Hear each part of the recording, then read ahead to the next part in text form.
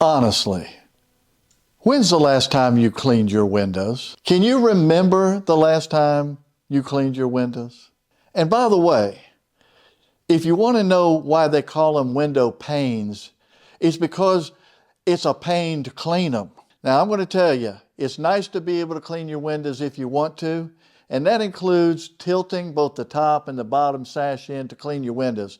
But that's not what I'm talking about here. The most expensive, best quality window you can think of doesn't have what I'm about to show you in my $695 window. Self-cleaning glass.